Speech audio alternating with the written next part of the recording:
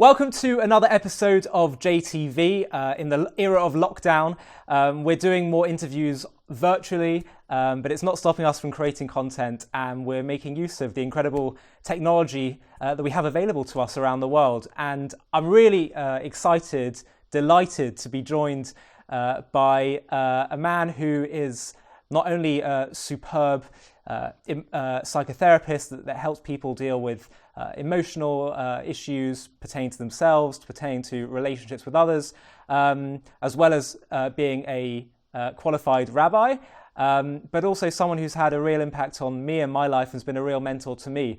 Yoni Hamilton, thank you so much for joining us from your car, because I know your kids are asleep at this late hour. So it's all very weird, but thank you so much for doing this. Hi, Ollie. Thanks so much for having me on JTV. You know, it's such a funny thing. In coronavirus, there's no rules. Anything can happen. And it's just so bizarre for me to be sitting in my car in the middle of the street whilst my kids are asleep, just chatting to you. But I guess that's all part of the coronavirus landscape. Absolutely. In times of crisis, all the rules change. And we've been, it's funny in a sense, we've been trying to do this for so long, get this going, an interview. And even though we both live in London, but just because of our busy schedules, this is, in a sense, one thing that has happened because of lockdown is it's allowed people to, have more time to do some things they might not have been able to do beforehand because of lockdown and, diaries and schedules changing. So we discussed that what we think would be really interesting for our viewers as an initial interview, given your psychotherapy background, would be to talk about different types of relationships and some of the things that people should be aware of, some of the pitfalls, some of the dangers, some of the dynamics to be aware of, because people wrongly assume that just their natural instincts are always, will always be the right one, and they can sometimes fall down unnecessary. And it's not necessary. They just need to be aware beforehand of some of the things, the dangers, pitfalls of certain relationships going into them, I feel, and then they'd be able to navigate through them a lot better. And so what I wanted to do and what we spoke about was talking about different types of relationships and what you believe are some of the, from your experience, some of the important perspectives to recognize going into these relationships, and also some of the potential dangers and pitfalls. So if that works with you, could we start by talking about a relationship between, and just to set out the 4 different relationships I want to talk about employee and employer. I want to talk about parent and child. I want to talk about spouse or partners. And I want to talk about friendship and friends. So can we start by talking about employee and employer and the kind of dynamics that go on from both sides there? Sure. I mean, just to give a bit of a context to our discussion about relationships, I think it's important just to put it on the table that relationships, I mean, it's how a relationship is just how we relate to other people. A person can have so many faculties that if they're on their own, if they're insular, that are not tested, they're not triggered. Faculties like attention and concentration, memory, determination, drive, creativity, all these things, a person can have talents and abilities, but if they're not around other people, so they're never tested and they're never triggered. There's something about being with other people in a relationship, whether it's employer-employee, whether it's spousal relationship, whether any sort of partnership, friendship, parent and child. I was just saying it's important to recognize that relationships trigger other people, trigger you. When a person is with another person, so everything comes out. So the point I'm making is that when it comes to relationships, even though you want to examine in different spheres, different areas of relationships, at the end of the day, there is a common denominator that's it's a thread that's woven through every relationship, and that is who you are and what triggers you, the issues that you're dealing with, whether it's anger, whether it's a need for control, or whether it's insecurity. They're going to manifest and they're going to come out in every single relationship. So it's very rare that someone has positive relationships and has in their life, and then has very negative relationships. It just doesn't happen. Unless, for example, you're speaking about employer-employee, unless it's very one-sided. unless, let's say, someone who's an employee is a very dedicated, committed, loyal employee and just has a boss who's exploitative and manipulative.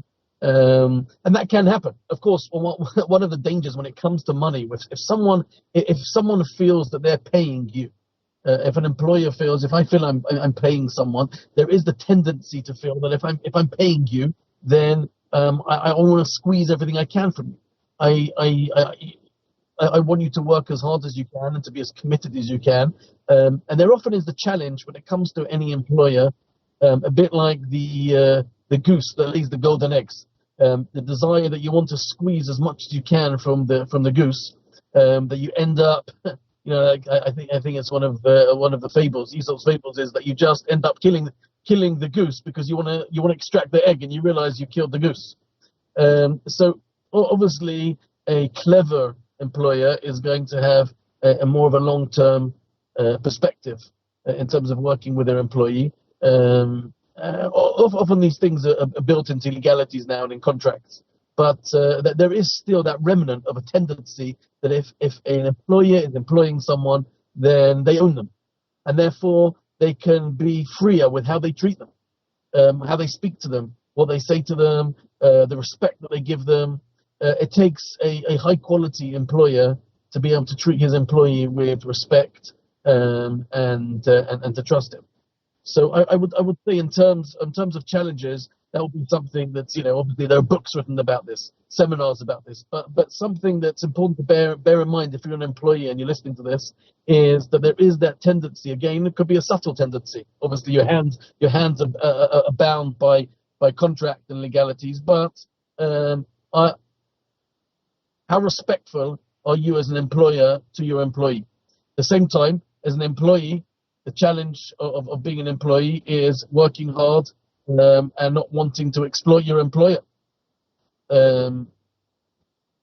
It's very easy when you're working for someone to think about how you can duplicate this if you see them being successful, how I can create and start my own organization, how I can do my own thing. So I would say bottom line is that the air the employer and employee have to breathe is one of trust. And trust is really a thread that's woven through every relationship. I would say it's the basic building block of any healthy relationship is trust. If there's no trust, then any relationship can't exist. It's almost like the aleph base. It's the ABC of any healthy relationship. And just talking about that in terms of healthy relationships, what's interesting is there's no litmus test, there's no blood test that one can take for psychological health. We don't know. When it comes to physical health, a person can have a blood test, you can have an X-ray, you can have an MRI. When it comes to psychological health, it's very difficult to gauge someone's psychological health. But one thing I would say is a bit of a litmus test, and that is how they function in relationships. And the reason for that is because trust is such an indicator of a healthy personality. If you can trust someone, or if someone can trust you, so that says a lot about you. To what extent do you think that an employee owes loyalty to their employer? I mean, surely that has its limits. Yeah, of course, it's a fine line, and obviously, an employee can't be so loyal that he lays himself vulnerable to being exploited by the employer. But part of being an employee is the understanding that he's loyal. These things are very they're subtle, and obviously they change and fluctuate from situation and from person to person. But loyalty is an understanding that you're paying me money, and therefore I'm going to do the best I can. Obviously, I mean, one of the challenges nowadays with technology that people can be available anytime, any time of the day, is a real challenge. And obviously, any employee has to set boundaries. There have to be boundaries that are set, and it has to be understood. Otherwise, it's just they're laying themselves open to being exploited. And you've spoken about what sort of should be the perspective of an employer and an employee. But what about when one party isn't treating the other fairly, and let's just say it's not on the cards for the employer to be able to, sack the employee, or for the employee to leave the job with the employer. It's just not possible at that time, or it's they can tolerate it enough, but it's very difficult. Let's just say there's some level of abusiveness, which can happen, on both sides, the employer to the employee, but also the employee can really try and power play with the employer, because they can say, I'm indispensable, or whatever that is. You've surely had experience seeing this kind of thing happen. What do you say when those kind of things take place?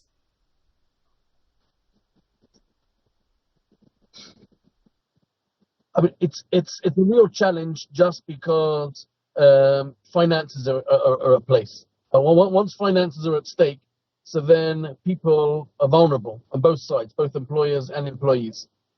Abuse is something that's very subtle and very easy to happen, and it can almost creep up on a person. Abuse is not something necessarily that's blatant. How do you define abuse? Be subtle. Sorry? How do you define abuse? Abuse is something where, again, there's full-scale abuse where people are being psychologically or emotionally or physically being hurt. But abuse, I would say, is when one is being taken advantage of, where either the employer or employee, where someone's being taken advantage of in some way. Now, obviously, there's no hard and fast rules. It can be something that can take place every so often. It's something. An abusive relationship is definitely something that can happen even once. Abuse can happen on a one-time event. A person can feel abused if he feels hurt, if he feels that someone. These things are complex, and that's why there are tribunals and there are courts that are set up to deal with this and to analyze it, to understand it. It's very hard to talk about these things on one leg, but an abuse is, it could be people who are sensitive. An employee can be very sensitive, and it could be an employer is not being abusive. I would say that there is an objective handbook of how to treat people, objective, basic derech eretz, basic etiquette of just how to treat people. And once that line is crossed, then potentially, just to be hurtful to someone doesn't mean. There is also as well office banter. There's office banter, and that can easily become abusive. But people, I would say people know if they're being abused or not, or if they're being abusive. Human beings know. It's not a surprise. So again, it's hard to define, but I would say consistent and negative behavior towards someone in a way that's hurtful.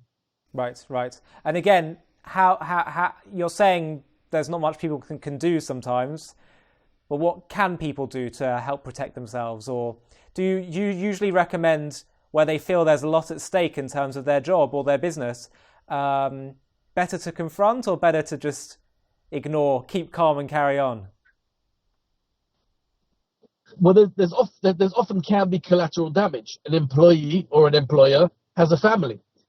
When they come home at the end of their workday, they bring their work with them. If they have an abusive relationship at work, so they're going to bring that home to their spouse and to their family. The slamming the door, the kicking the cat, that sort of a thing. These are so no one lives in a vacuum. And if they don't have a family, they've got friends. So abuse has an impact, a bit like any contagious disease. It impacts other people, and everyone is affected when someone is in a bad mood or upset or hurt people, as they say, hurt others. So it's one of the challenges of abuse is that it often can have, particularly if there is a manipulative personality involved, is that abuse can happen very subtly. It can take place, especially if someone is a skilled manipulator. And there are personalities around, of course, where people are narcissistic or manipulative and can take advantage of people. They like taking advantage of people, and they enjoy that. They enjoy exercising the control and power over another human being. and they know they're skilled at doing this. They know how to do this. This can happen subtly with words and getting people to commit to certain things and doing certain things. And when someone looks back over a period of time, they suddenly realize that they're in an abusive relationship. And I think that's an important thing to bear in mind, is that abuse doesn't suddenly just happen. There's a statement in the Talmud, I think it's very insightful here. It says, this is the way of the evil inclination. The evil inclination, right? It's Talmudic understanding or Talmudic context, that every human being is battling with insanity on some level and with struggles of life, whether it's procrastination or laziness or desire that he can't control, some sort of area of self-control. And the Talmud says this is the modus operandi of how the evil inclination works. It says, today I'll make a person do this, and tomorrow a person will take this small step, and finally, eventually, he'll worship idols, which is sort of the ultimate sin. But the idea is that things happen step by step. These subtle, nuanced exercise of control and power can grab a person before they know it. They're in the grip of it. It's the subtlety. It's the step by step. And before a person knows it, he realizes that he's involved in an abusive relationship. And sometimes people don't know they're in an abusive relationship. Often people don't know what's bothering them. They can't put their finger on it. There's something about their boss that just bothers them, just rubs them up the wrong way. People are not necessarily psycho-savvy. They don't understand the dynamics of what's happening. But they're feeling pain, they're feeling hurt, they're feeling taken advantage of. It's feeling exploited. Yeah, absolutely. Well, I think we've covered sort of the key points that people have to bear in mind, both as employers and employees. And I think, one of the take-home points that you're making is that that it sounds like you can't. It's very difficult to just accept, an abusive relationship and maintain in the long term and maintain a healthy state of mind and have other healthy relationships, because you're saying it trickles into all areas of life. So when those things happen, you want to try and get out as fast as possible. Yeah. Even though just to add to that, and one of the thing that fuels the strength of someone who can exploit in an employer-employee relationship is they realize, let's say, the employee or the employer need them financially, depend upon them. Once there's dependence, then and I think this is a key to remember, because it's different than all other relationships. Once there's dependency, then that's fertile ground for abuse to take place, because a person's dependent upon you. He's going to allow, or he or she is going to allow a lot more abuse to happen, and willing to take a lot more. I think it's an important, and that's one of the reasons why it can be possibly more common in employment relationships. Yeah. And it sounds like your general advice is, when there's dependence and abuse, do whatever you can to end the dependence, basically. Yeah, for sure. It's not necessarily always possible, but I think one needs a mentor. I think in terms of, if we're looking for advice, take-home advice, is that one always has to have someone outside that they can check in with, just to make sure, objective. Is this okay? What's happening to me? I'm feeling a bit uncomfortable with this relationship. Is this how a boss should treat an employee? Is this how an employee should be treating his boss? Is this okay? One can't. One needs someone to check in to get objective, healthy outside calibration. Absolutely. So that was great. Let's move on to the next type of relationship, which will create all kinds of interesting dynamics and challenges for people of all age groups, really, which is the one of child and parent and vice versa. I'll just let you sort of dive right into that one. So someone said to me, there's only two people in your life that have a hotline to your kishkas, your hotline to your innards, that can really push your buttons, and that's your parents. That's the nature of parent-child relationships. It's a fraught range, I just want to say, just from a Jewish perspective, because I think it's important just in terms of giving a context to parent-child relationships, and that is the Talmud quotes Abaye. Abaye was one of the famous Talmudic teachers, and he was an orphan. He had no parents, and he says about himself how fortunate he is. How it, of course it's very difficult not to have parents to live as an orphan. But he says that there's an aspect of a silver lining here, that he doesn't have the challenge of honoring his parents, because one can never really fulfill properly their obligation of honoring and respecting their parents. And I think that's the real biggest challenge. Judaism puts a huge emphasis, I mean, it's one of the Ten Commandments, huge emphasis on honoring and respecting one's parents. And this really is where the challenge is. Often, children, especially this generation, seems to be particularly sensitive. I can't complain because this is a source of many of my clients. But there are often challenges of parents and children often blame their parents. When most people are coming into therapy, it's blaming their parents for some misdemeanor or some way that they were treated over a long period of time, and then some traumatic childhood. Again, I'm not negating that. But I'm just saying that that is a bit of a challenge in terms of blaming parents, and at the same time maintaining an honor and a respect for who they are. Can I just ask, before you continue, can I just ask, why is it that parents have this power to really, as you said, get into people, really touch a nerve and push all the wrong buttons in their children? No, so I was just saying, in our formative years, growing up from the age of 0 to 8 to 10, our parents were the most powerful people in our lives. They held the purse strings, and they made the decisions about what we could eat, what we couldn't eat, where we could go, what we could do. They were omnipotent, so to speak, in our lives, and therefore we seek their approval. Children are hardwired to seek their parents' approval, and that never really goes away. You have the 40 or 50-year-old businessman that still is trying to get his mother's approval. That's the nature of. So whenever there's a potential disappointment, or there's criticism, or there's judgment, or there's perceived withdrawal of love, it's going to impact so much more a child than it would be someone else.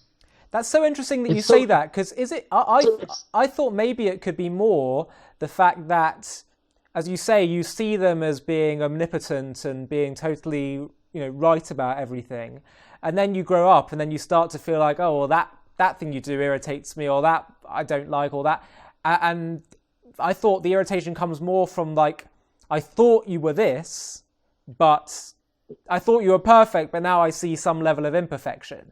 And that's like very hard to swallow. Could that be part of it?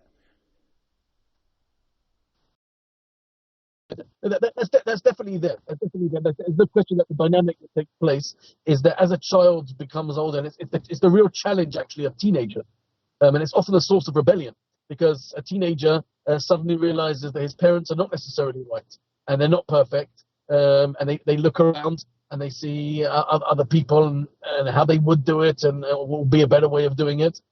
So yeah, no question, starting to see the imperfection of parents is something, but that doesn't explain why it is that we feel so, why we're so attached to our parents, why what they think about us, their perception of us, and their approval of us, and their withdrawal of love or not, and it has such an impact on us. Why it's so important. It's so important because of the role they play in our lives, the formative role they played in our lives. So the truth is, there are books. There's whole libraries of books. Child relationship is fraught with challenge. It's very rare that there is a relationship between parents and children. And of course, when we contrast it to, say, friendship, you don't choose your parents, and the parents don't choose their children. parents have enormous expectations of their children. There are often, especially if someone's not worked out yet and hasn't worked through their issues, it could be massive triggers for their own insecurities and their own failings in life, viewing their children as the lack of success of their children as a lack of their own success. There are many ways that parent-child relationship can become enmeshed, as we call it. Absolutely. So what would you say are some of the pointers that people can take on in order to get the best out of those relationships? I would say it's a key in any relationship, but particularly parent-child relationship, because it's so fraught with challenge, is an ability to sort of to take things on the chin, to be not so sensitive, and to be able to overlook whether it's criticism, whether it's perceived judgments, whether it's a comment that might have upset. Sensitivity in any relationship, but particularly in parent-child relationship, isn't going to bode well. Because humans are not infallible, and there are often things that we can do that our children or our parents perceive as a negative, and they weren't intended to be like that. It's a challenge of all human relationships. Being too sensitive, I would say, is a common theme in a breakdown of relationships, and particularly parent-child relationships. But is that an ability to sort of is that, some would argue that that's saying, like, don't expect too much from this relationship, from a parent-child relationship.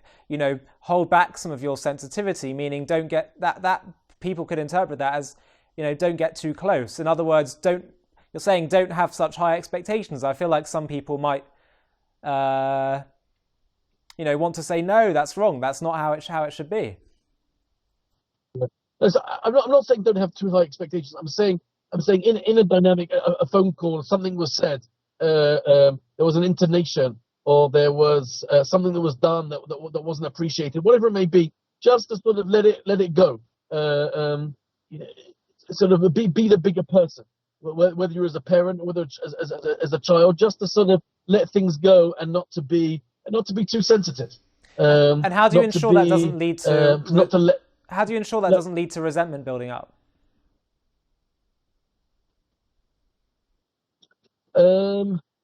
It's a good point. It's a good point. I think if people are able to see the perspective, I said that there is a difference between being a bigger person and letting it go, and really feeling it and it bothering you, and you don't do anything about it, and then you let it build up. In other words, a person knows if they're just biting the bullet and swallowing it and really upset about it and seething, or if they're able to see the bigger picture and realize that this person is someone who I love, someone who I care about, and okay, they made a mistake. They said something that hurt me. They didn't realize they hurt me. They didn't intend to do it, and I'm going to be the bigger person.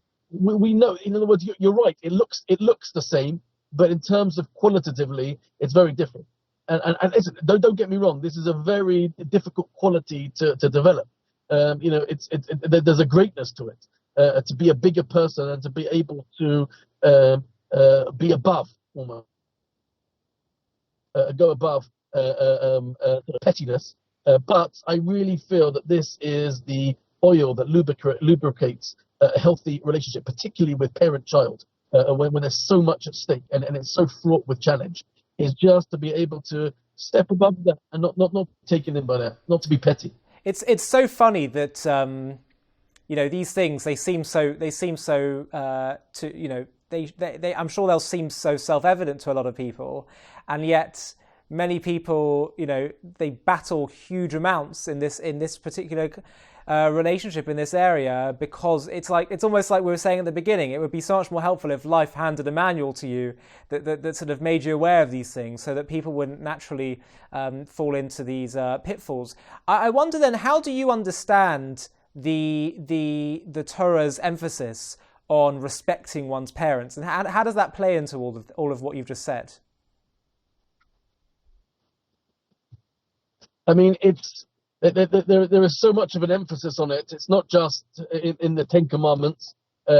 throughout the Talmudic literature, honoring parents is seen as one of the greatest things that a person can do.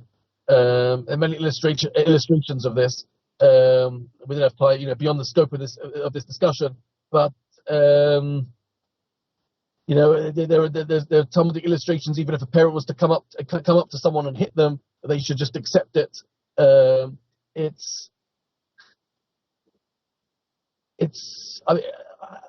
think simply speaking, it's hard to put a perspective on parental relationships and on honoring parents. It's just I don't know. I don't know. It's a I don't know about in terms of the balance between honoring parents and respecting them, and at the same time dealing with issues that might come up with parents. It's one of the reasons why it's a bit difficult for me to answer. I have in my therapy room, I have in my private practice, I have people that come in. Like I said, primarily the source of their issues are about blaming parents and issues that have happened growing up, things that their parents have done, and they find it almost impossible to honor their parents, to respect their parents, especially if abuse has gone on. So that's a real question. I would say it's something for a spiritual mentor to discuss about how there's a fine line between when one can and has to, and how one respects parents that, let's say, are abusive or neglectful. But I just want to emphasize that the Torah does put a huge emphasis on how that dovetails and synthesizes with abuse and neglect, and is not an easy thing to answer. Absolutely. And I mean, as you say, certainly in the Talmud, it talks about scenarios where you do have actually abusive parents, and yet some of these great... Sorry? I lost you. I couldn't hear you. Sorry. I was just saying that the Talmud does, as you say, talk about instances of great people, great rabbinical sages that had abusive parents and yet remained sustained a level of respect that was just, remarkable. And clearly, and I think it's probably a discussion for it's probably for a separate discussion. You're right, but clearly the Torah places huge emphasis on the importance of respecting one's parents, honoring one's parents, and I think it's probably a discussion for another time. But I think we've probably dealt with the key issues around how to make the most out of that relationship and navigate the best way you can through that. Well, just on that, just to add one point, there is a distinction between showing honor and showing respect as opposed to a relationship. Honor and respect their parents without necessarily having a relationship. A parental relationship doesn't have to be like a friendship. It doesn't have to be where there's mutual sharing. Of course, it's important that there's trust, but it doesn't mean that parents have to be friends and parents have to be equals and everything has to be shared.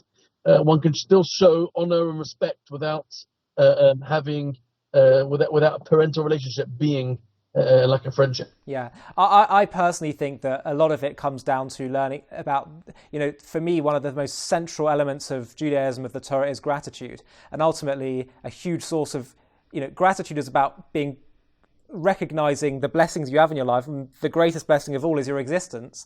And two agents that played a huge role in your existence are your parents. And also, the more, you think about, the Torah doesn't allow us to ignore gratitude, even when it's complex. An example is Moses isn't allowed to smite the River Nile. It had to, and which led to the plague of blood.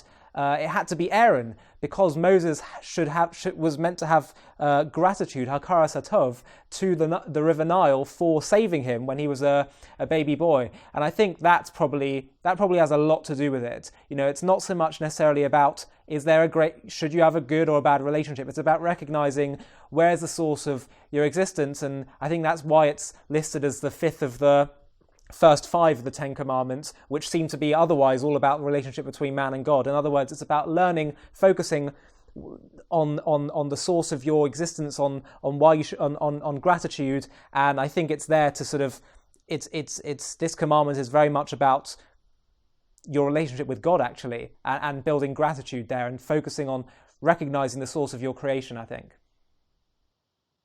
Yeah, definitely, very fair point.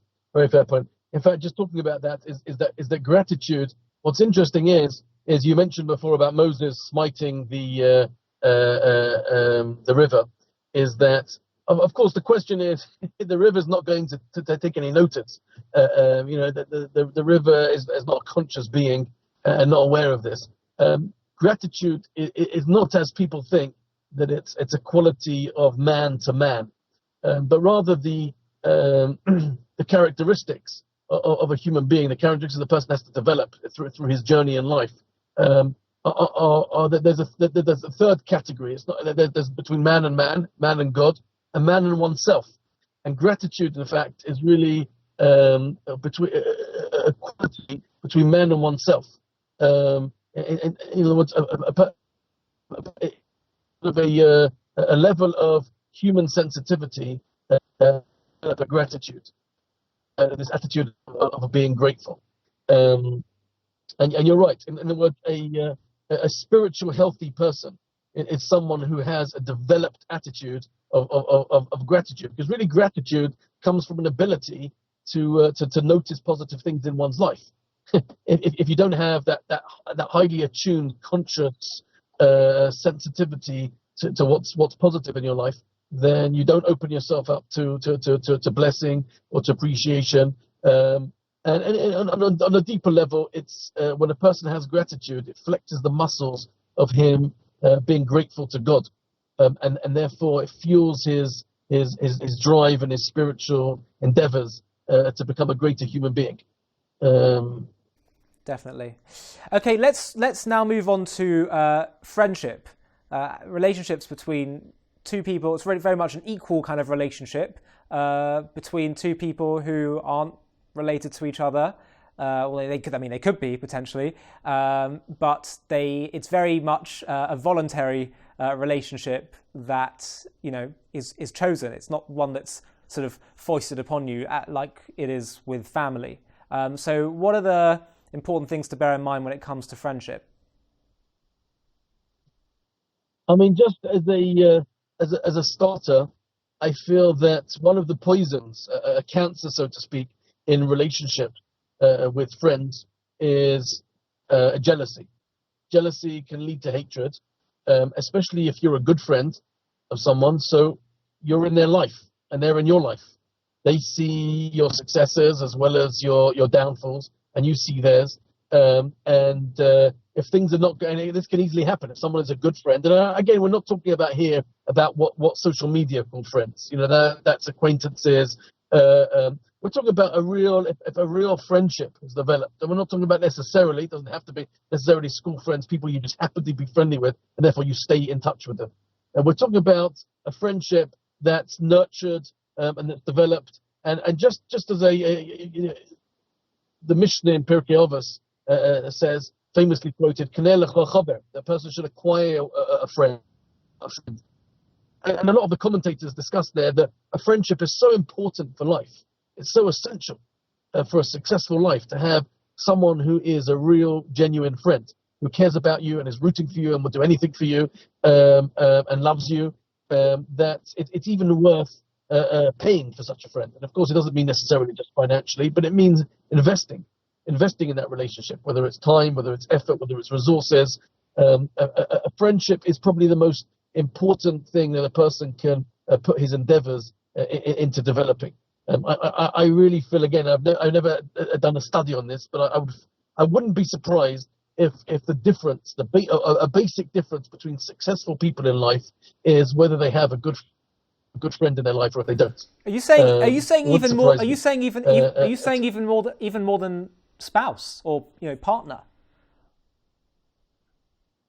I mean, the truth is that an aspect we say in the Sheva Brachot when a person gets married, that there should be ava v'achva, there should be love, and there should be brotherhood, shalom, peace, vareyos, and friendship.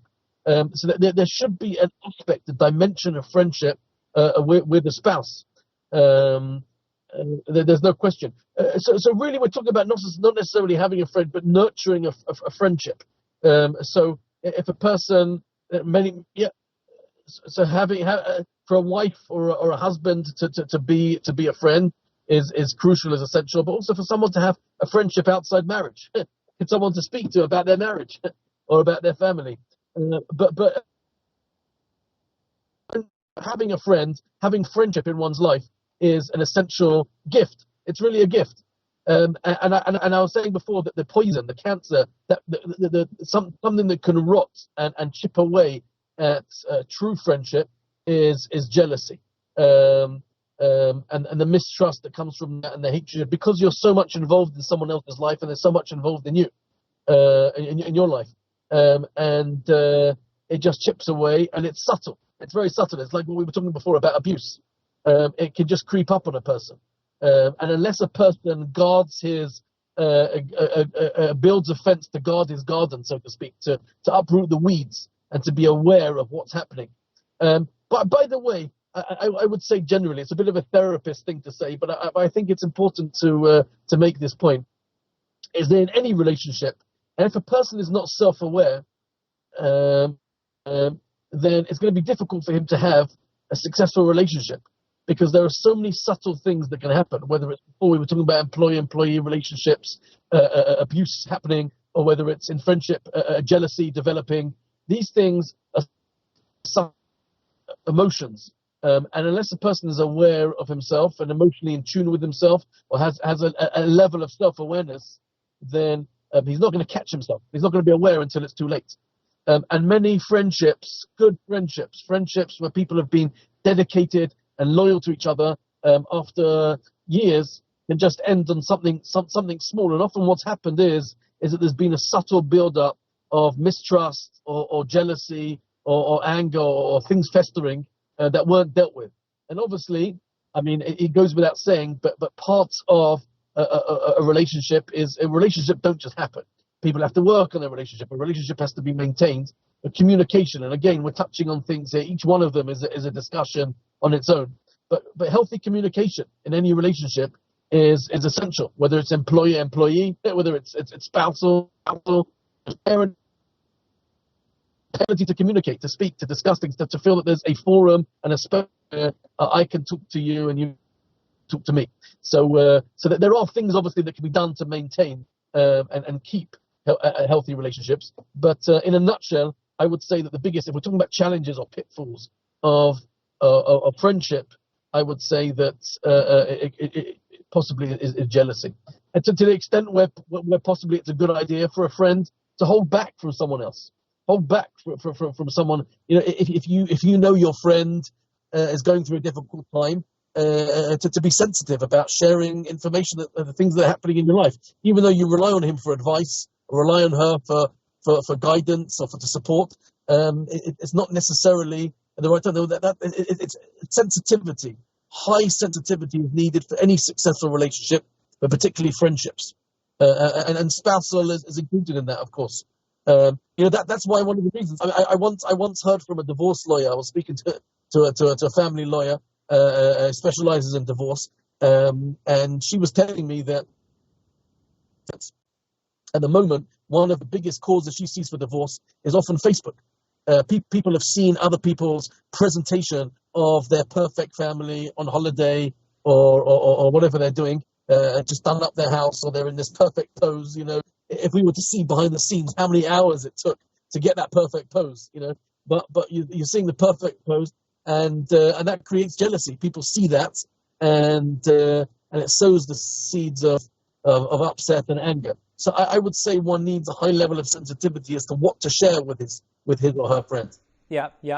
I want to ask 3 specific questions about this. I hope you'll be able to remember all 3 of them. The first one is, how do you avoid having jealousy in a friendship? The second one is, how do you, what was my question? The second one was, how do you ensure that you communicate? You said communication is essential, but sometimes, and we've discussed this previously, not all communication, just saying exactly how you feel the whole time, especially if you're upset with someone or you feel like there's a disparity in terms of who's giving to who. Sometimes you have to be careful in communication. So I just wanted you to talk about, communication is important, but that doesn't mean just splurting out exactly how you feel. And then the third question was, what happens if you feel there's a disparity in the friendship in terms of you feel like you're a lot more invested in the other person, you really like the other person, you don't think they're doing anything wrong, but you feel there's this disparity. Is that something you should bring up, or is that something you should, and how much should you push before, and if they're not, reciprocating, before you just sort of give up? I would say, I was just, in answer to all three, I would say when there's love in the relationship, when there is what the Torah is called in this week's parasha, v'ahavta l'reacha kamocha,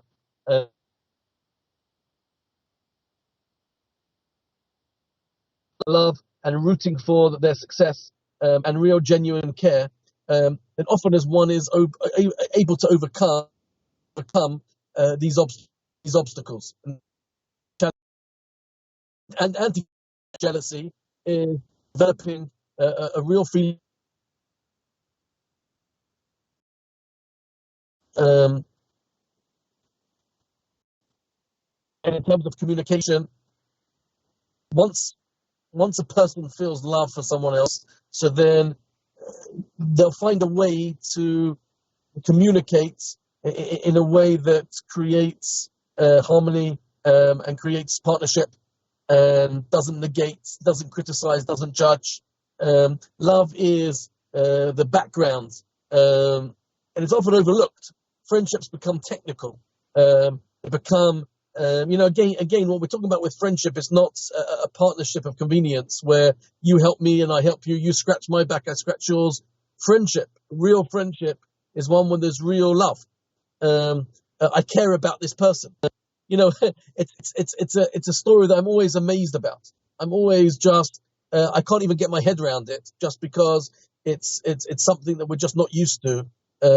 But it's a story of a love between two brothers, Moses and Aaron. And what's unbelievable is that God he appears to Moses in a form of a burning bush, and for almost 2 weeks, God is trying to encourage and cajole and negotiate with Moses to go and save the Jewish people. And we know that Moses cared immensely about the Jewish people. He could have lived a life of luxury in the palace, and nevertheless he steps out of the palace to feel their pain and to empathize with them. And nevertheless, he doesn't want to take on the job, doesn't want to take on this mantle of power, this mantle of leadership. And the reason is because he's so concerned about the honor of Aaron. He's afraid that Aaron's his older brother. And really this job, this role of leadership, should have been Aaron's role. And he doesn't want to hurt his brother. There was no ego here. There was no, this is about me, and me.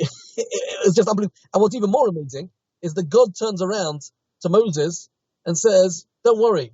I've looked into your brother's heart, so to speak, and he knows about this, and he's very happy for you.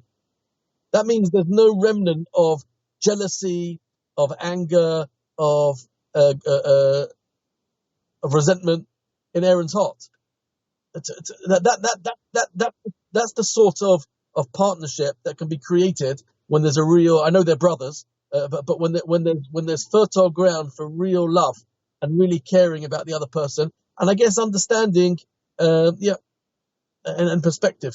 One needs perspective to develop this. Again, I'm not saying this is an easy thing, but I really feel that the questions you asked me before about jealousy, avoiding jealousy, and communication, these are all things that when there's real love and care about the other person, rooting for their success, wanting the best for them, then things fall into place.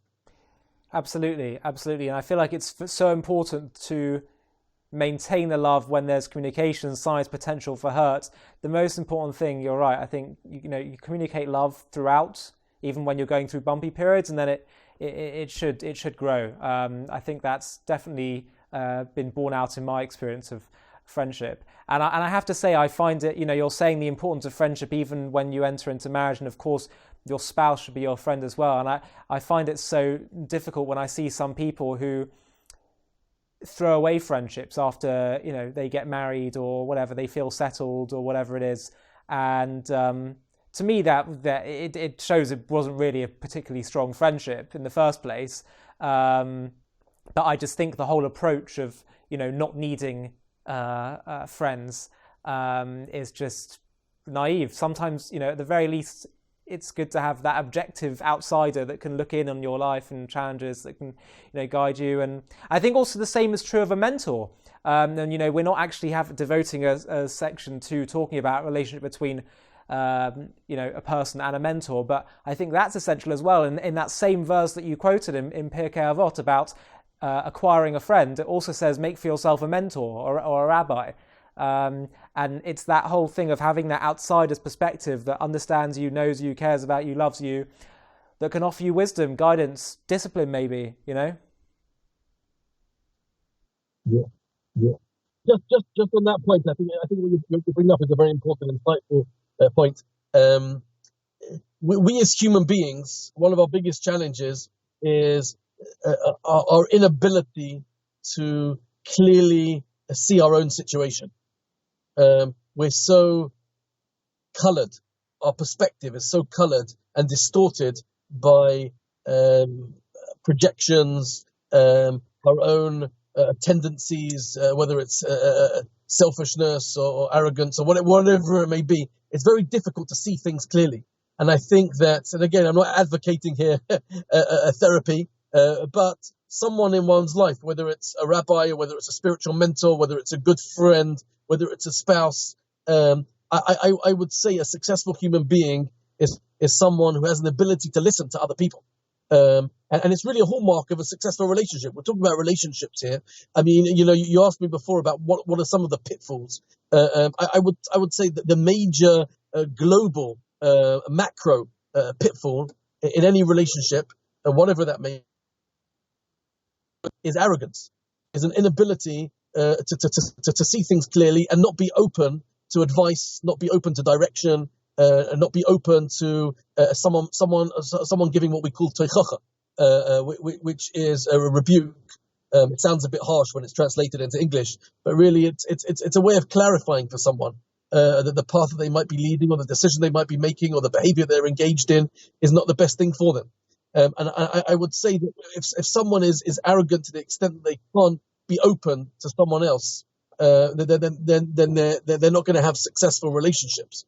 A prerequisite for any relationship, any successful relationship, is a level of humility, a level of openness.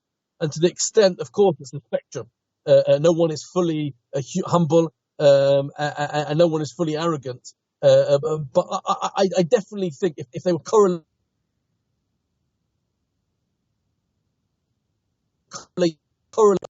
to the extent that a person has arrogance, to that extent he's going to struggle with relationships, and to the extent a person has humility and is open to the perspective of other people and to hearing other people, to that extent he's going to have successful relationships. I really feel that the underlying cornerstone for a relationship and a person to have relationships in any of these areas is his ability to be humble and to be open.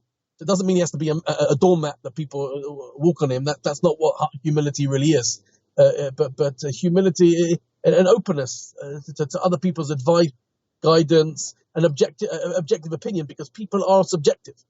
We human beings, we can't, existentially, we can't live life in a vacuum on our own, making our own decisions. We're so distorted and our perspective is so colored that we can't see things clearly. Absolutely. Fine, so let's do one final relationship. Husband and wife, spouse, partners, and perhaps as well people going through a dating phase. What are the important factors to consider here? I'm sure many of the themes that you've discussed in other relationships will apply here as well. But talk us through some of the most important things to bear in mind. I mean, obviously, trust and respect.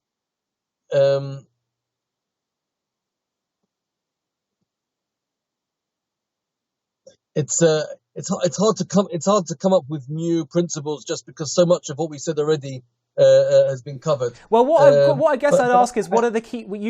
I'm sure I'm sure in your therapy you deal with people who are having marital issues. What are the biggest sort of issues that you find happening, and what are some of the biggest pitfalls that lead people to get there?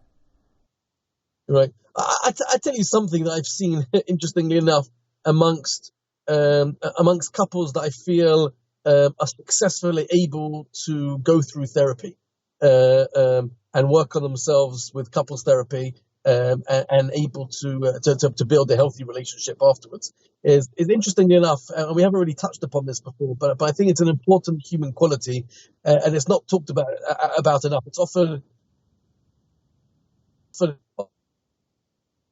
humor, a sense of humor. An ability to laugh at oneself and a situation is a very powerful tool. Again, it's not the thing that I would bring up. It's not the top priority. But there's something about a camaraderie between a couple.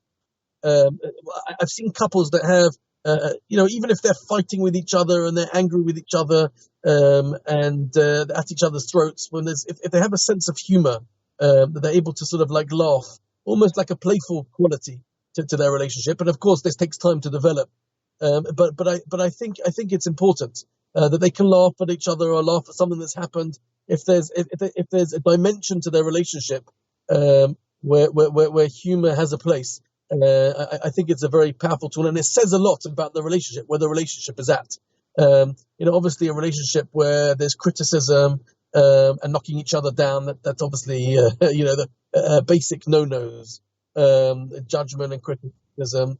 Yeah, so that's something that's important.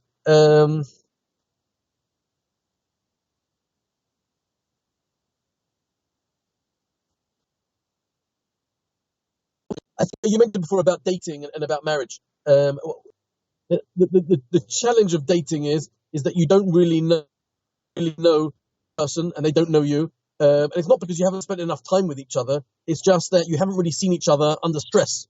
The nature of marriage is one of stress. Stress, whether it's financial stress, if it's stress with health, stress as bringing up children, not having enough sleep, being woken up in the middle of the night, demands. One of the things that's really been highlighted in the whole lockdown period is any vulnerability that's been in a relationship.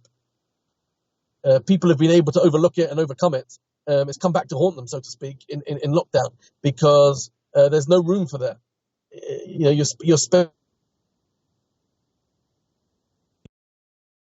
time with enormous amount of time with your spouse and with your family, and if there are issues there, lockdown has highlighted whatever's been there. If there's been a small crack, it's become bigger.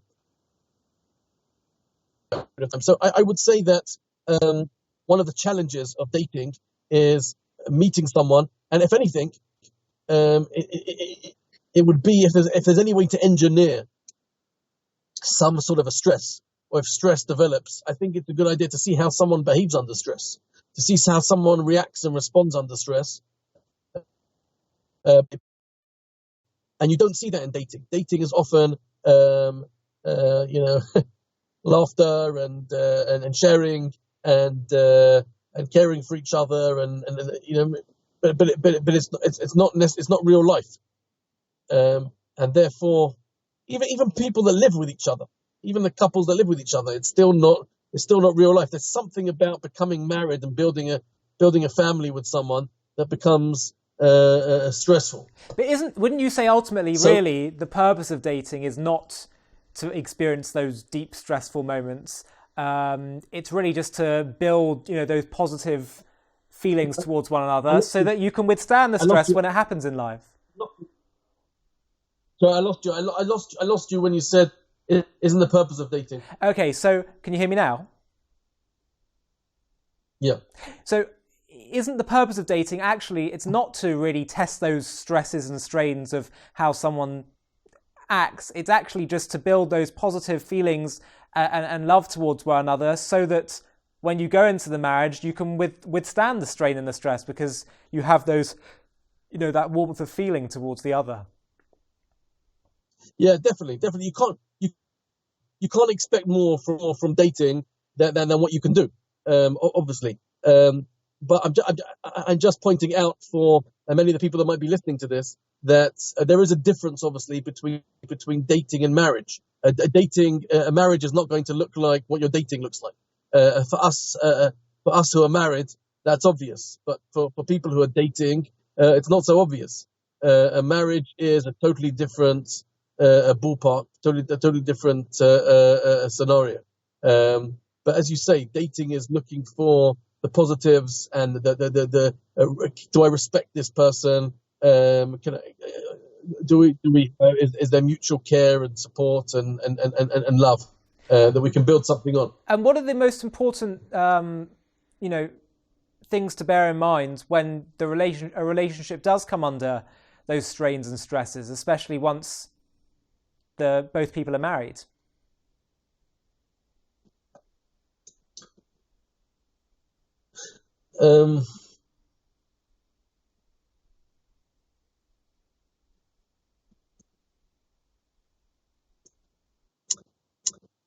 It's very difficult to say, because I'm seeing clients that are under an unusual. We're not talking about they're at the end of the spectrum. If someone has come to couples counselling, they're usually at a very serious stage in their relationship, where they're either contemplating divorce or the relationship is in a very bad place. It's people's tendency to leave things to fester. People don't often have the foresight to really stop their busy lives and the resources that are involved in investing in their relationship until it's too late, often, sadly, unfortunately.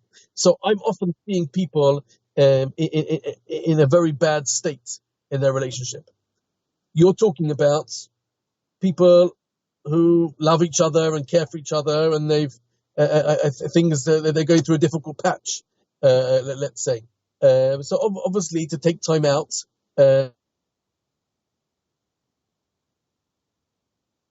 we create an environment of where loving, open, honest communication to take place, where there's no criticism and there's no judgment, limited criticism, limited judgment, where each one can really hear the other and listen to the other, to restore that partnership. So that's something that and to do that regularly. There has to be something that's done regularly. People call it a date night, let's say, but time taken out from a hectic, busy schedule. I know in today's day and age, it's almost impossible to do that, but it's essential to carve out space whereby the couple can, sharpen the saw, when they can hear each other and touch base with each other, keep their finger on the pulse of the relationship, things just not allowing things to fester. What bothers, things that bother each other, and to air it out and discuss and to speak to each other about it in a loving, mutual, respectfully dynamic. Otherwise, a few years down the line, and it's sometimes difficult to repair, sadly. Well, Rabbi, I think this was really, really insightful, our conversation that we've had. I think our viewers are going to gain a lot from this. Perhaps some topics people will find more helpful than others, but I think you shared a lot of really, really important insights. And thank you so much, Rabbi Yoni Hamilton, for joining us. It's really greatly appreciated. Ollie, thank you so much. So nice to see you again, and keep well and keep safe. Thank you so much. To stay up to date with JTV content, click subscribe here if you're on YouTube and hit the alarm bell. And if you're on Facebook, hit the like button, and under following, click see first. If you enjoy watching JTV content and want to help us continue to grow, please consider making a donation to us by clicking here.